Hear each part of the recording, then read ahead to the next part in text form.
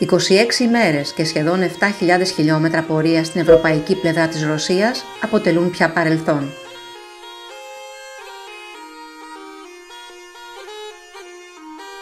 Στο historiesmotocicletas.blogspot.com μπορείτε να διαβάσετε το τρίτο και τελευταίο μέρος της εκδρομής μας με αρκετές επιπλέον πληροφορίες.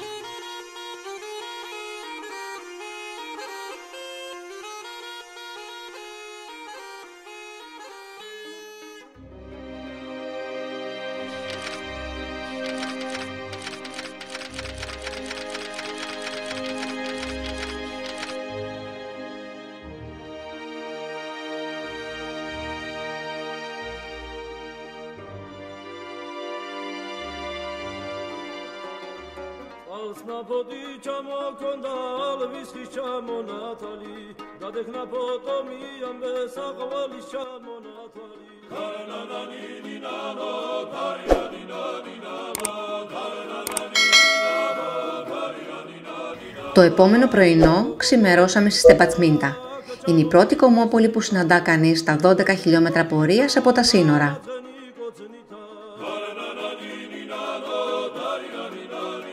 Η πρώτη επίσκεψη εκείνης της ημέρας ήταν μόλις 6 χιλιόμετρα μακριά.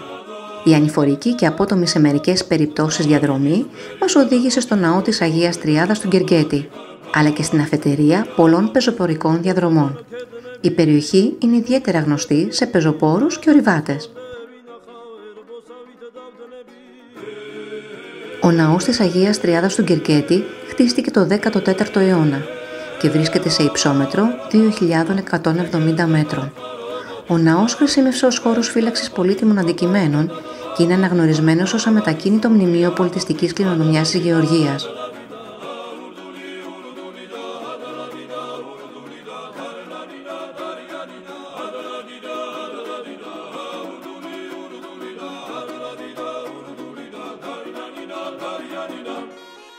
Επιστρέψαμε πίσω στην κεντρική οδική αρτηρία για να σταματήσουμε ξανά μετά από λίγο στο χωριό Σνό. Εδώ υπάρχει ένα ιδιαίτερο πάρκο που έχει δημιουργήσει ο γλύπτης Μεράπ Φιρανσβίλη. Το πάρκο φιλοξενεί τεράστια γλυπτά πρόσωπα που το καθένα αντιστοιχεί σε μια προσωπικότητα της ιστορίας της χώρας.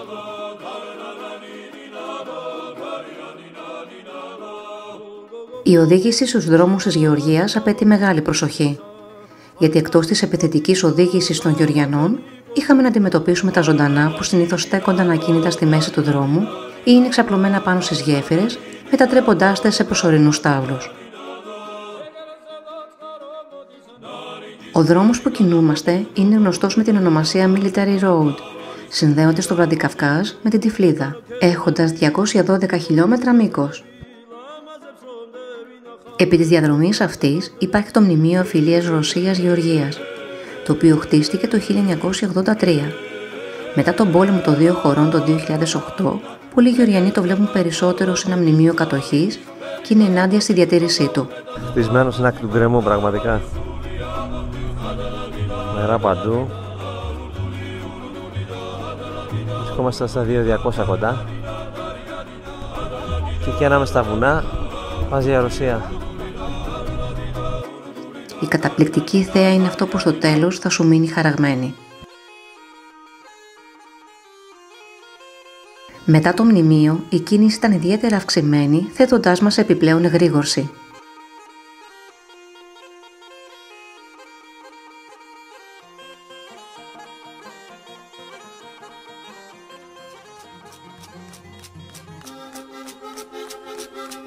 Η συνέχεια της πορείας θα μας οδηγήσει στο φρούριο Ανανούρι. Η είσοδος στο φρούριο είναι δωρεάν, όχι όμως και το μικρό πάρκινγκ που βρίσκεται μπροστά. Αυτός είναι ένας ακόμη χώρος που γνωρίζει μεγάλη τουριστική επισκεψιμότητα και για το λόγο αυτό έχει δημιουργηθεί μια μικρή υπαίθρια αγορά. Το παλαιότερο τμήμα του φρουρίου έχει χτιστεί το 14ο με 15ο αιώνα και στο εσωτερικό του υπάρχουν 3 εκκλησίες. Το φρούριο συμπεριλαμβάνεται στο κατάλογο με τα μνημεία Παγκόσμιας Πολιτιστικής Κληρονομιάς της UNESCO. Μετά τον Ανούρι και αφού έχουμε διανύσει 146 χιλιόμετρα επί της στρατιωτικής οδού, πήραμε πορεία νοτιοανατολική μέχρι την πόλη Τελάβη, όπου και την νυχτερεύσαμε. Ο δρόμος ήταν ασυνήθιστα καλός για τα δεδομένα της Γεωργίας, χωρίς πολλά οχήματα, δίνοντάς μας την ευχαρίστηση της χαλαρής οδήγησης. Φτάνοντας στην πόλη, διαπιστώσαμε πως σε κάποια σημεία οι δρόμοι χρήζουν επιδιόρθωσης.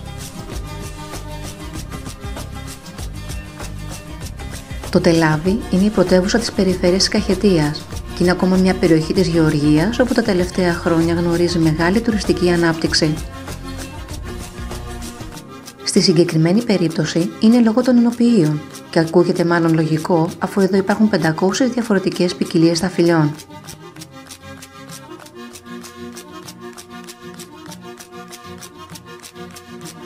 Η Γεωργία είναι από τις αρχαιότερες συνοπαραγωγές περιοχές στον κόσμο.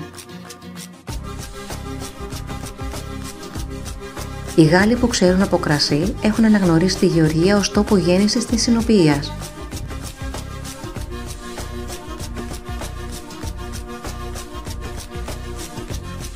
Προτού αναχωρήσουμε για την Τυφλίδα, επισκεπτήκαμε την αγορά της πόλης.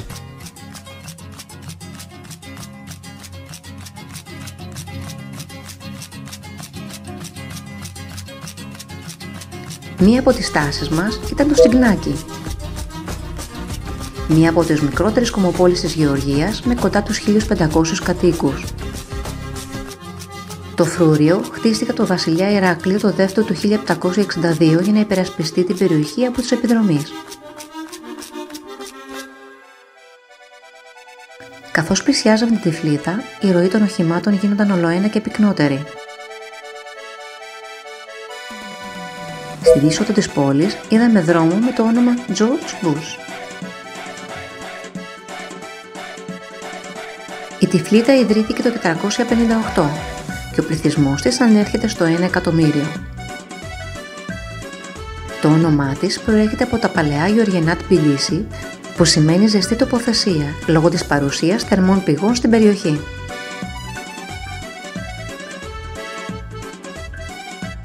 Ο ποταμός Κούρα κόβει την πρωτεύουσα σχεδόν στη μέση, από βορρά προς νότο, δίνοντάς μας εύκολο προσανατολισμό. Η πόλη γνώρισε πολλούς κατακτητές, με τους τελευταίους να είναι οι Σοβιετικοί, οι οποίοι έκαναν την Τυφλίδα πρωτεύουσα το 1921. Τα τελευταία χρόνια, οι καινούριες κατασκευές αλλάζουν την αρχιτεκτονική του τοπίου. Θέλει όμως αρκετό καιρό ακόμη μέχρι η σοβιετική αρχιτεκτονική να αποτελέσει μειοψηφία. Το θέμα με τα ρουλεμάν δεν λύθηκε ούτε στην Τυφλίδα. Για σχετικές λεπτομέρειες μπορείτε να διαβάσετε στο blog μας link που υπάρχει στην περιγραφή του βίντεο.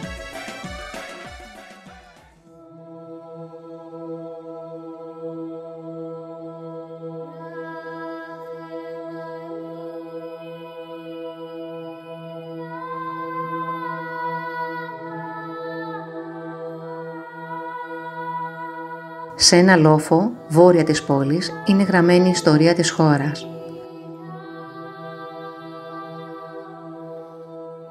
Το χρονικό της Γεωργίας, όπως ονομάζεται το επιβλητικό μνημείο. Έχει 16 πυλώνες με ύψος κοντά τα 35 μέτρα. Στο πάνω μισό απεικονίζονται βασιλείς και ήρωες.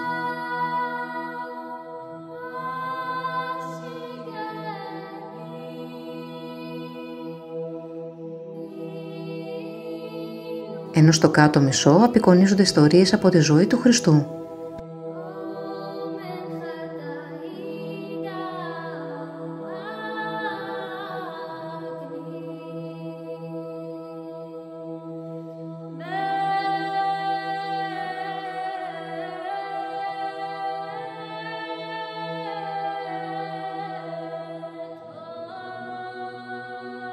Κατά τη διάρκεια της επίσκεψής μας, μία φωτογράφηση ήταν σε εξέλιξη.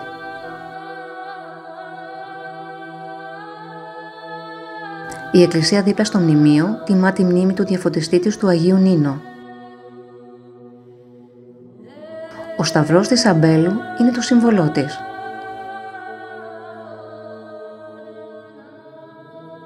Από εδώ έχετε όλη τη Τυφλίδα στο πιάτο και επίσης μπορείτε να δείτε τη θάλασσα της Τυφλίδας, που είναι μια τεχνητή λίμνη και δημιουργήθηκε το 1953. Σε έναν ακόμη λόφο, πάνω από το κέντρο της πόλης θα βρείτε τη μητέρα της Γεωργίας. Ανεγέρθηκε το 1958 για τα 1500 χρόνια από την ίδρυση της Τυφλίδας με εμφανή το συμβολισμό της. Αν είσαι φιλικός, θα γευτείς το κρασί που κρατάς στο αριστερό χέρι. Αν όμως οι διαθέσεις σου είναι εχθρικές, θα έρθεις αντιμέτωπος με το σπαθί που κρατάς στο δεξί. Αυτό που βλέπουμε εδώ είναι του 1997 και είναι αντικατάσταση του παλιού ξύλινου με αυτό που είναι από αλουμίνιο. 250 μέτρα ανατολικότερα, στον ίδιο λόφο, υπάρχει το φρούριο Ναρικάλα, κατασκευασμένο από τους Πέρσες τον 4ο αιώνα.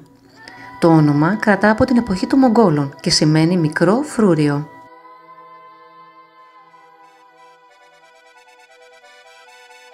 Για να ανεβείτε στο λόφο μπορείτε να πάτε είτε περπατώντας είτε με το τελεφερίκ που ξεκινά από την άλλη πλευρά του ποταμού. Το κόστος είναι λιγότερο από 5 ευρώ για 2 άτομα με επιστροφή. Κατά τη γνώμη μας αξίζει τον κόπο, ειδικά όταν η θερμοκρασία ακουμπά τους 35 βαθμούς και από την άλλη θα έχετε θέα την παλιά και όχι μόνο πόλη. Από τα πιο χαρακτηριστικά και αναγνωρίσιμα σημεία της Τυφλίδας είναι η γέφυρα της Ειρήνης, που συνδέει το παλιό με το νέο, από το πάρκο Ρίκης στην παλιά πόλη στο κέντρο της Τυφλίδας. Πρόκειται για μια πεζογέφυρα 150 μέτρων, κατασκευασμένη από γυαλί και χάλιβα στην Ιταλία. Για να μεταφερθεί εδώ, χρειάστηκαν 200 φορτηγά.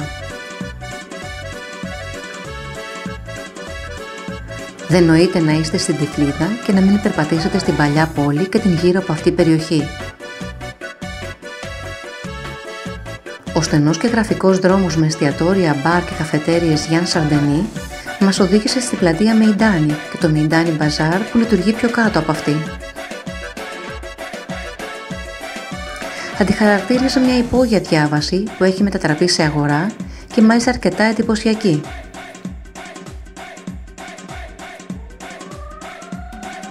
Όχι πολύ μακριά από το παζάρι βρίσκονται τα θερμάλουτρα από που πήρε το όνομα η πόλη.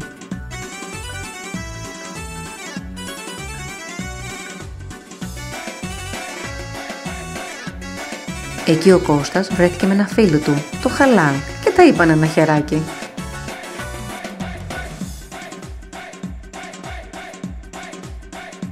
Νωρίς το πρωί αναχωρήσαμε με κατεύθυνση τον Μπατούμι, όπου παλιά βρίσκονταν η αρχαία Κολχίδα.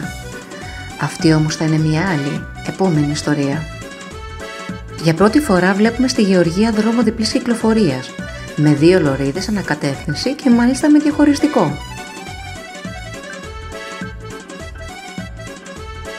Η πρώτη στάση της ημέρας έγινε στον Κόρη. Από εδώ καταγόταν Ιωσήφ Βισαριάνοβιτς Τσουγκασβίλη η Κόμπα, όπως ήθελαν να τον αποκαλούν κατά τα νεανικά του χρόνια. Μιλάμε βεβαίως για τον Στάλιν, όνομα που υιοθέτησε το 1913 και σημαίνει ατσάλινο στα ρωσικά. Στην πόλη υπάρχει μουσείο που ανοίγει μετά τις 10. Εμείς βρισκόμαστε εκεί πολύ νωρίτερα. Έτσι αρκεστήκαμε στον εξωτερικό χώρο.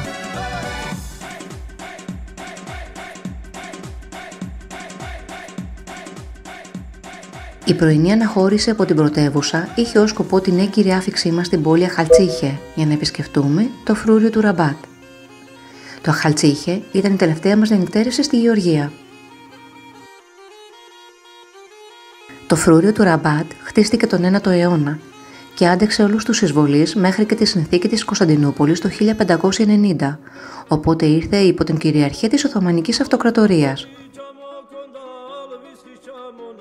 Οι Οθωμανοί ανακατασκεύασαν τις οχυρωματικές δομές του φρουρίου και κατασκεύασαν το τέμενος.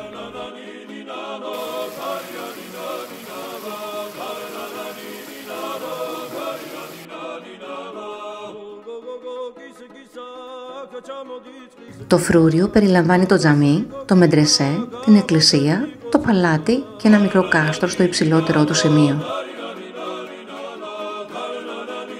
Ανακατασκευάστηκε ξανά πριν από μερικά χρόνια, όπου προσθέθηκαν νέες κτηριακές δομές με σκοπό την προσέλκυση του τουριστικού κοινού. Η είσοδος έχει 18 λάρι, που αυτό μεταφράζεται σε 6 ευρώ περίπου.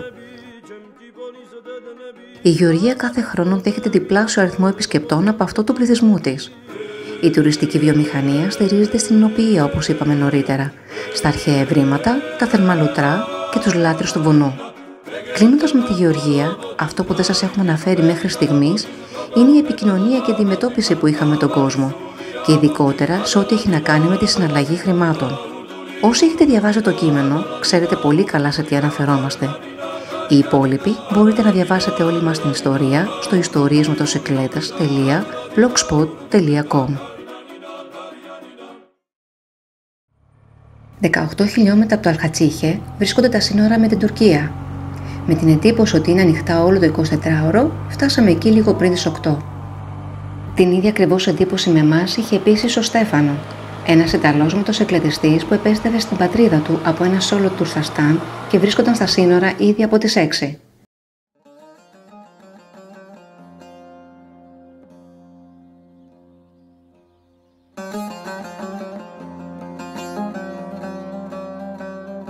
Τα σύνορα άνοιξαν λίγο μετά τις 9. Οι διαδικασίες διήρκησαν 1 ώρα περίπου και με τον Στέφανο συνταξιδέψαμε μέχρι τον Εζερούμ, τον κοινό μας προορισμό για εκείνη την ημέρα. Στην Τουρκία δεν χρειαζόμαστε επιπλέον ασφάλιση για τη μηχανή μας, αφού η πράσινη κάρτα που έχουμε μας καλύπτει. Με την κίνηση στον δρόμο να είναι σχεδόν ανύπαρκτη, η ορεινή διαδρομή στα περάσματα των 2.000 και πλέον μέτρων ήταν απολαυστική και αρκετά δροσερή, θα έλεγα. Μεγάλο μέρος της διαδρομής ήταν παράλληλη με το ποταμό Άκαμψη, όπου έχει κατασκευαστεί το φράγμα Γιουσουφελή, με ισχύ 1,89 τεραβάτ το χρόνο. Για την κατασκευή του έπρεπε να μεταφερθεί το μόνιμο χωριό για 7η φορά στην ιστορία του. Για τους 7.000 κατοίκους χτίστηκε μια νέα πόλη στις πλαγιές του βουνού.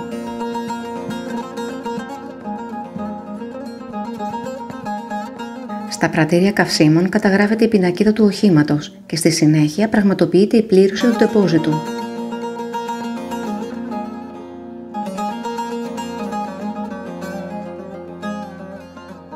Το Εζερούμ ή Θεοδοσιούπολη κατά τους Βυζαντινούς χρόνους ήταν απλά μια στάση για διανυκτέρευση. Η πόλη βρίσκεται σε υψόμετρο 1.900 μέτρων και έχει πληθυσμό κοντά στους 800.000 κατοίκους. Από το Ερζερούμ και έπειτα, οι δρόμοι μας με το Στέφανο ήταν άλλοι. Εμείς αρχικά θελήσαμε να επισκεπτούμε το όρος Νεμρούτ, όμως οι ισχυροί σεισμοί που έπληξαν την περιοχή στις αρχές του έτους μας απέτρεψαν. Έτσι πήραμε δυτική πορεία και καταλήξαμε στο Σίβας. Θα έλεγε κανείς ότι στα υψηλά οροπέδια που κινούμαστε θα ήμασταν δροσεροί. Αυτό αποτελεί ως ένα βαθμό μια αλήθεια. Μέχρι τις 11 το πρωί η θερμοκρασία είναι ιδανική. Έπειτα όμως παίρνει την ανιούσα και γίνεται ιδιαίτερα αισθητή, ταλαιπωρώντας αναβάτες και μηχανή. Όπως βλέπετε, το οδικό δίκτυο της Τουρκίας είναι μακράν πολύ καλύτερο της Γεωργίας και της Ρωσίας ακόμη.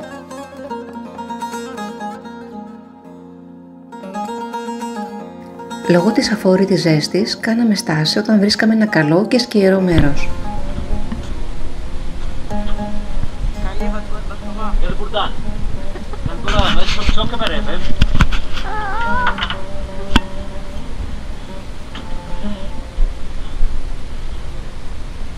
Φτάνοντας στο Σίβας, φορέσαμε ελαφριά ρούχα και βγήκαμε να εξερευνήσουμε την πόλη των 300.000 κατοίκων, χτισμένη σε υψόμετρο 1.285 μέτρων.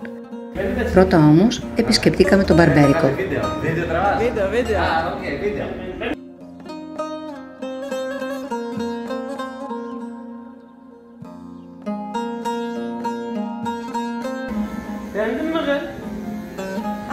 iyi. Güzel. Tamam canım. Okay. You want to take a video? Sivas Gomeraj. Το Σίβας, Σεβάστια στη γλώσσα μας, λεγόταν παλαιότερα Μικρή Αρμενία, λόγω της μεγάλης αρμένικης κοινότητας που ζούσε κάποτε εδώ. Επίσης υπήρχε ελληνική κοινότητα, καθώς και τουρκόφωνοι χριστιανοί Ορθόδοξοι. Όλα αυτά έμελε να αλλάξουν μετά το 1923, με την πλειοψηφία των Ελληνόφωνων να αναγκάζεται σε κατάληψη από την περιοχή και να μεταστεγάζονται στα Σεβαστιανά Πέλλας και στο βατερό Κοζάνης, στείνοντας πια εκεί τη νέα του ζωή.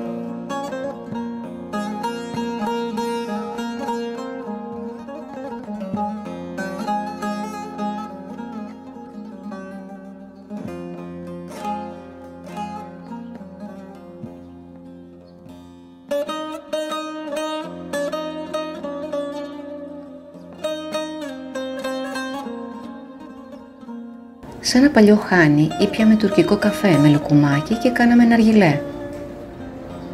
Ο Ναργιλές και ο Κώστας δεν έχουν ξαναγνωριστεί. Έτσι η πρώτη τους επαφή έμελε να είναι αστεία. Θα βάλω βαθιά ανάσα. Όχι, σιγά σιγά μωρέ. Σωστό. Μην πεισάς, παιδί μου. Με δουλεύεις τώρα. Όχι. Έλα, Ρούφα. Ρούφα.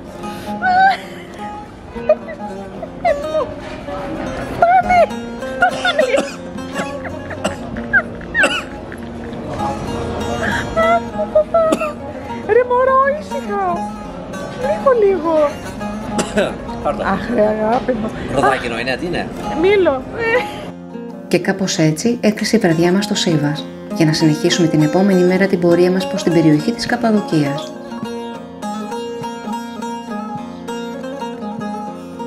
Η πόλη που μας φιλοξένησε για 2 μερόνυχτα είναι το Γκιόρεμε, που κατά τη Βυζαντινή περίοδο ονομαζόταν Ματιανή ή Ματιανά και το 1928 μετανομάστηκε στην τωρινή του ονομασία. Το 1985 το Εθνικό Πάρκο του Γκιόρεμε ανακηρύχθηκε από την UNESCO ως Μνημείο Παγκόσμιας Κληρονομιάς. Οι πρώτοι χριστιανοί έζησαν εδώ για να κρυφτούν από τους διώκτες τους, δημιουργώντας υπόγειες και υπέργειες πόλεις.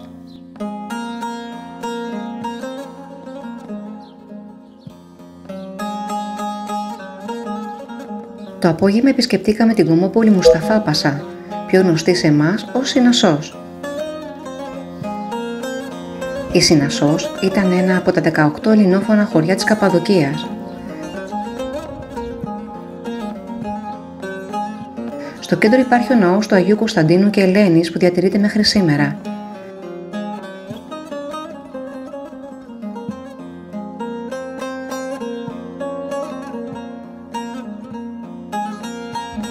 Στη Βόρεια Εύβοια υπάρχει κομμόπολη με το όνομα Νέα Συνασσός, με πολλά και σημαντικά κυμήλια προερχόμενα από εδώ.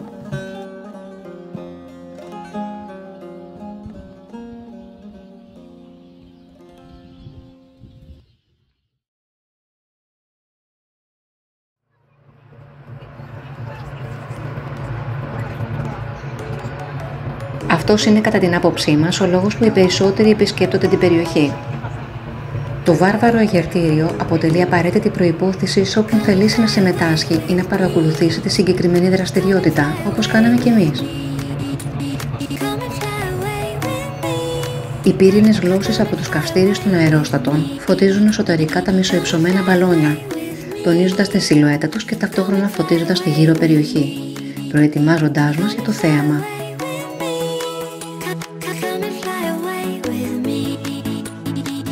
Όταν βλέπουν το πρώτο μπαλόνι στον αέρα, το ρολόι γράφει 5:30.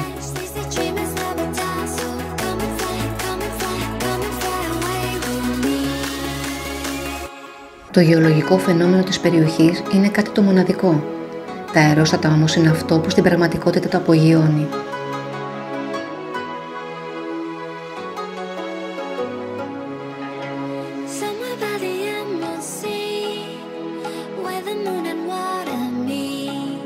Μετά από λίγο βρίσκονται ήδη πάνω από το Εθνικό Πάρκο του Γκιόρεμε, δίνοντας την εντύπωση πως είναι ακίνητα. Πόσα ήταν, δεν γνωρίζουμε. Αν θα έκανα τώρα μία πρόβλεψη, αυτή θα ήταν περισσότερα από 70, λιγότερα από 100.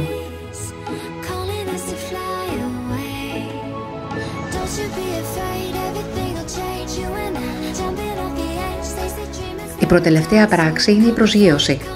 Τα αγροτικά μετατρέιλερ τρέχουν, ώστε να σταθούν σε τέτοιο σημείο που το καλάθι του αερόστατου να προσγειωθεί κατευθείαν πάνω σε αυτό. Ο κουρνιαχτός που δημιουργείται από τη μετακίνηση όλων αυτών των οχημάτων είναι τέτοιος που πνίγει όλη την περιοχή. Η συμβουλή μας στους μελλοντικούς επισκέπτες είναι να έχουν μαζί τους μια μασκούλα. Μετά από 2 ώρες έχουν όλα πια τελειώσει και η τελευταία πράξη γράφεται με την απομάκρυνση όλων από το πάρκο.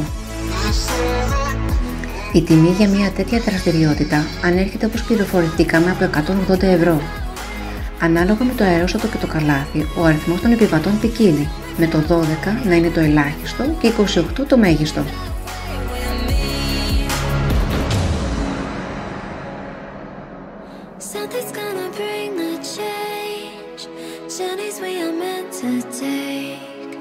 Something at the edge of space.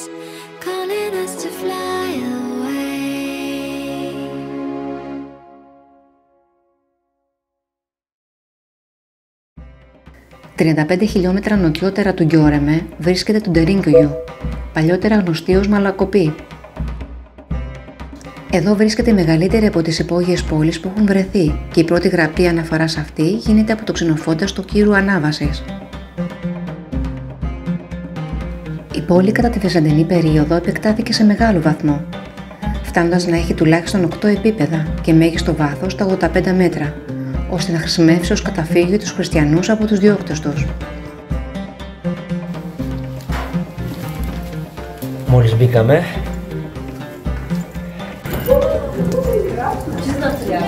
σκύβουμε εδώ για να περάσουμε. Κατεβαίνουμε 100 σκαλιά. Ευτυχώς είμαστε πρώτοι. Θα μπούμε σε μια γαλαρία.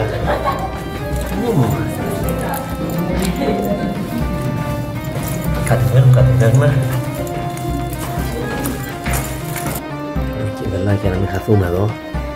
Σύμφωνα με αναφορές που υπάρχουν, λέγεται πως μπορούσε να φιλοξενήσει έως και 20.000 ανθρώπους.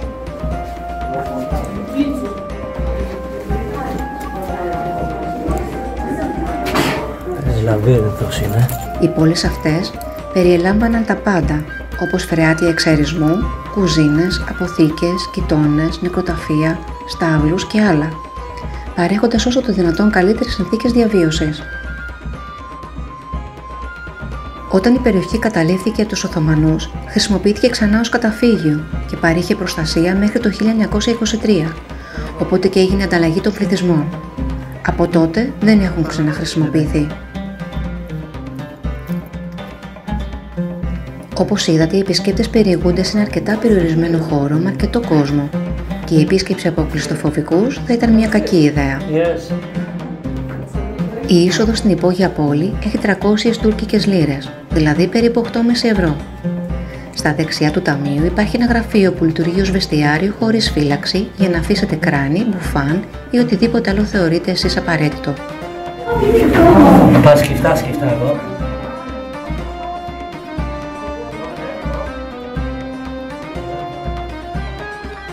Το τελευταίο μας βράδυ περιηγηθήκαμε με τα πόδια στην πόλη, ώσπου καταλήξαμε για δείπνο σε ένα από τα πολλά μαγαζιά εστίασης που υπάρχουν. Λόγω των τουριστών, εδώ δεν υπάρχει σχετική απαγόρευση του αλκοόλ που εφαρμόζεται σε άλλες περιοχές της χώρας.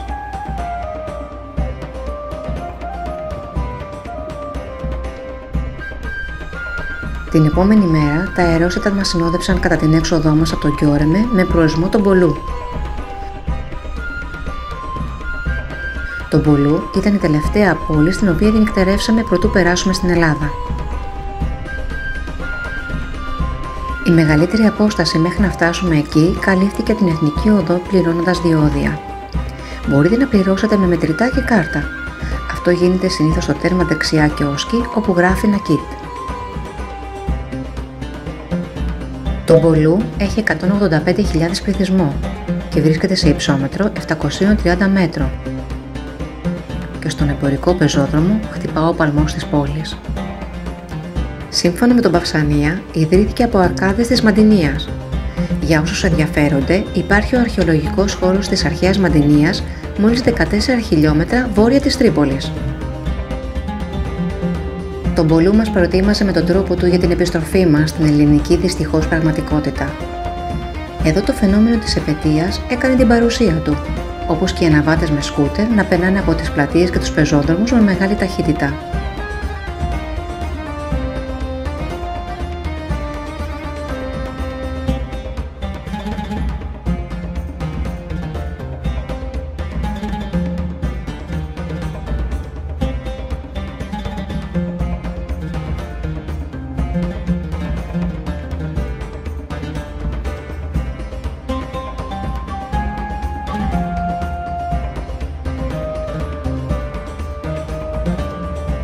Το πιο ωραίο όμως στον Μπολού βρίσκονταν στο δωματιό μας. Okay.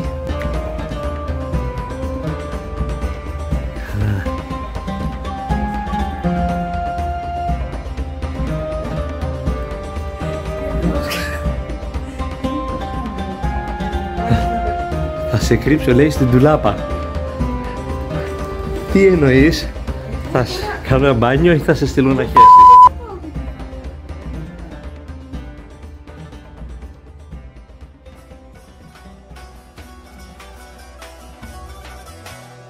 Αναχωρήσαμε από τον πολύ νωρίς το πρωί για να περάσουμε τα σύνορα και να βρεθούμε μετά από λίγες ημέρες στο σπίτι μας.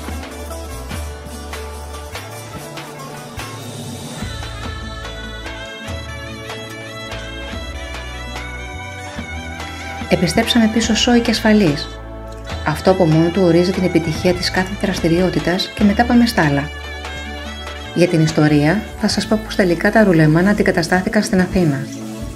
Το μηχανάκι γύρισε πίσω με 14.000 επιπλέον χιλιόμετρα σε 48 ημέρες και αυτό μεταφράζεται σε ένα μέσο όρο 291 χιλιόμετρα ανά ημέρα.